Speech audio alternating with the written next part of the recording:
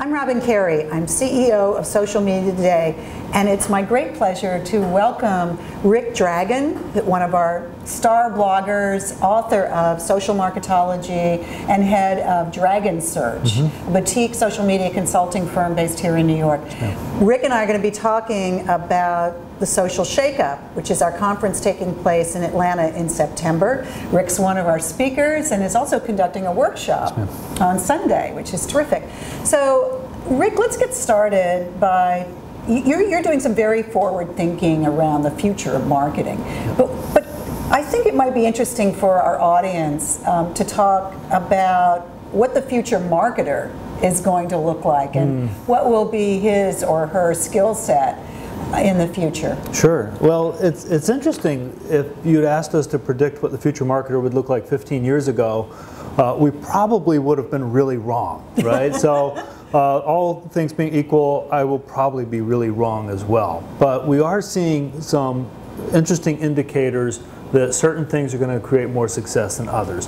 We know that marketers are having to develop some incredible chops in being able to speak with the C-suite about the value of why we do certain things. It's not, simply, gee, we're going to do this and it's going to create revenue this week. No, we have to do a whole branch of things that are going to create brand equity, that are going to have impact on sales, all of these different aspects of marketing. So we really need to be wonderful, incredibly great communicators. The second thing that we really need to understand is that old school marketing, or what we might call old school marketing, was a lot about brands sort of getting up on their soapbox and broadcasting to everybody. And what we're seeing is more successful with brand building today is where a brand is really identifying very powerfully with purpose and a reason to exist beyond making a dollar. Now, once a brand is able to connect with this purpose, and then they go out into social media and have these conversations about this thing that they are so passionate about, that they share with their constituents, then real dialogue and engagement occurs. So they need to be able to walk a lot of different lines, and we won't even talk about all of the technological change that is just like a tsunami coming over us that they have to be adept with. Well, I'm so glad you said the P word, because that's really fundamental to our understanding based on, having created online communities for the last 6-7 years. But I've talked to other executives about this, and what I think they struggle with is, sort of what is the purpose? They sort of choke on that. And what brands are doing that well, and why are they creating a strong purpose? Sure. Well, I do see brands struggling with it, and some brands, a very large Korean brand, for instance, that we all know, is doing some very interesting work trying to get out there and talk about brilliance, for instance. Very similar to what GE is doing with innovation. So they're talking about brilliance, GE is talking about innovation. Coke is starting to talk about happiness. Happiness, they've been doing that. Jonathan Mildenhall says their competition isn't the stuff in the blue can, it's Pixar and Disney, that they're in the happiness business. Right, that's absolutely brilliant. It gives you such a great, strong position. It's almost like Aikido, where I've got my center of gravity and it's with this passion point, you can't knock me over, right? It's a beautiful thing. So GE is a great exemplary. One of my favorites is Red Bull. Red Bull is about extreme human living, and they don't deviate that. They never talk about the horrible stuff in the can. It does taste horrible. I don't know if you drink it, but no, and I do quite often. I love it, but they don't talk about that. They talk about people jumping off of balloons and ski slopes and whatnot. Just the most extreme living. That's where they exist, and it's such a strong point to be in. Yeah, I mean, some of my favorites too are what Unilever's doing with their Dove women, and really changing. But here's a problem with Dove. Look at Dove's Facebook page, and you'll see, about every 4th post is about the beauty, notion. As you know, they did the study, going back a decade ago, that only something like 4% of women think that they're beautiful, right? Utter nonsense, but there you go, that's what they think. And so they've been doing all this wonderful work built around that. But when you go look at their social media, about 3 out of 4 posts are self-promotional. So I don't think they're totally getting it the way they could. Interesting comment. So then to the question of what does the market of the future look like, is he or she then this incredibly brilliant synthesizer. Yes.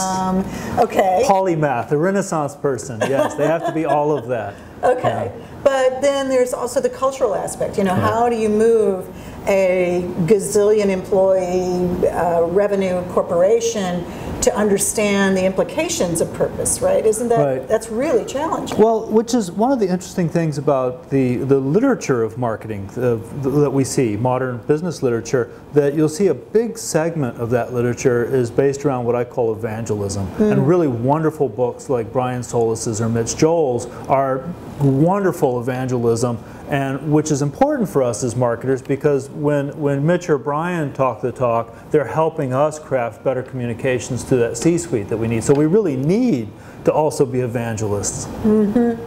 Totally. I mean, one of our speakers, who's also a great friend, Ted Shelton from PricewaterhouseCoopers, talks about this in his book, and he takes it though a step further into what the technology is doing to drive this more quickly. We haven't talked about technology this morning, so what is it that the marketer of the future needs to understand about tech? Sure. Well, one of the things I think that we face as a challenge as marketers is the rate of change is dramatic. I mean, it used to be 15 years ago when I had a technology company, I could sort of do everything to a point where I could help all of my employees. And those days are so long gone. And we eat, drink, and sleep digital marketing, and yet everybody has to develop pockets of expertise because it's grown so rapidly. So what do we do as marketers? We can be overwhelmed, or we can start to realize that all of these things exist within patterns. So if we look at social media platforms, for instance, let's look at Twitter and YouTube and Facebook and Google+. Are we just sort of overwhelmed by all the features, or if we start to see them as in terms of an ecosystem, we can start to see there's what we call design patterns, and that there's 9 fundamental design patterns, and then these things start to come into focus. They're not so complex, and once we understand that the technology that's occurring, these changes with human behavior, we're sort of following these patterns, that we can work within these patterns, and it's less overwhelming. So again, a social or a marketer today has to be a bit of a sociologist and psychologist as well as a technician and see these things in a bigger picture. What about content? I mean, one of the things I hear from executives all the time is that they can't get good content. They're all being told that they're now publishers, so they better damn well get good content. Yes. That's one of the topics we'll be addressing in one of our panels. What are they not getting about content? Is it that they're not really in the content business, or should they not even worry about producing it themselves? Should they be more curators? And can they really be brand curators? Is there value in that? Certainly an option. Where I'm seeing the real value is when an organization does take it on full-fledged. But you have to understand, I mean, just think you're an owner of a company, an entrepreneur. Maybe it's a pretty good sized company. Maybe you're several hundred people, or maybe you're several $100 million. And you've been doing business in a certain way. And all of a sudden, you know, this past decade has occurred, people are saying, well, you're a publisher now, get to it. Right. And you're like, it's a really hard business, I want you to know. The latest fad, right? However, we see a place where someone like Unilever, that whole Dove campaign started with a piece of research. And that's absolutely brilliant, because once they created that research, they could create white papers, they could actually engage with academia, they could publish out videos from that and blog posts. It really became the basis of a whole world of content that no one else in the industry owned. And by the way, all of those things became press releases that everybody else in the world shared as well, and actually amplified their message for them, where Unilever and Dove were key to that message. So that's absolutely wonderful tactic at work there. The challenges with any organization is when leadership doesn't see it as a priority. Well, this is just a new fad, why should we? That they're not going to emphasize that or place the capital into it.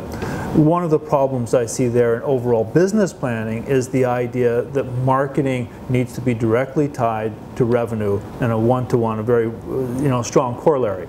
And I believe that that way of looking at marketing expenditure is short-sighted. Because when you look at it as a larger ecosystem where you're developing brand equity, where you are having an impact on other marketing, the uplift, you're also mitigating risk. And we could see where, in the case of BP, had they invested more in building community through social media in the Gulf, it would have mitigated a lot of costs later on that they did have. Interesting. Right? That's a very good point. We actually have financial formulas for risk they've been used in insurance for decades that we can apply to social media as well.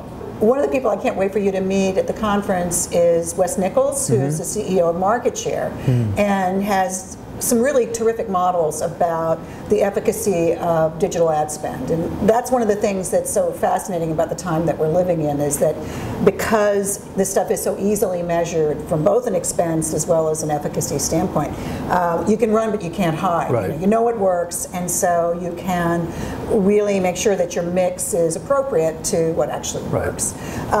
So is that, what are the models that the future marketer needs to be particularly on top of to make sure that in real time every dollar is being well spent? Sure, it's going to be a lot more complex. I mean, the ROI model is one. Unfortunately, it works best when you have those direct, one-to-one correlations, but we don't always have that. But we can look to other financial models that have been used in business for many decades. For instance, the hedonic regression model, often used in commodities like wine. How do you price a particular bottle of wine? Or a piece of real estate. Well, I've got 2 bedrooms, but I'm closer to the school. How is that different from that place with the newer roof and the cool backyard? How do we price these things? So you can create, they are complex models, and you don't want to end up with what we were talking about earlier with a financial model where, oh sure, marketing's provided more value than we even made this year. Those can be rather challenging to defend. But you can create models that do show the complexity of business that we really are in. It is not simple. So he's going to have to still be perhaps even a better number cruncher, he or she, by all means, the marketer of the future. Yeah, the quant heads, as they're called, are still going to be very important. Yeah, great. Well, I just want to remind everyone that Rick will be not only speaking at our conference, he'll be conducting a workshop on...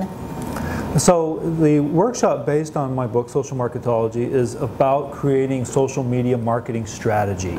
And that might sound fairly simple, right? Well, let's go create a strategy, and we get some cocktail napkins and scratch it out in the back.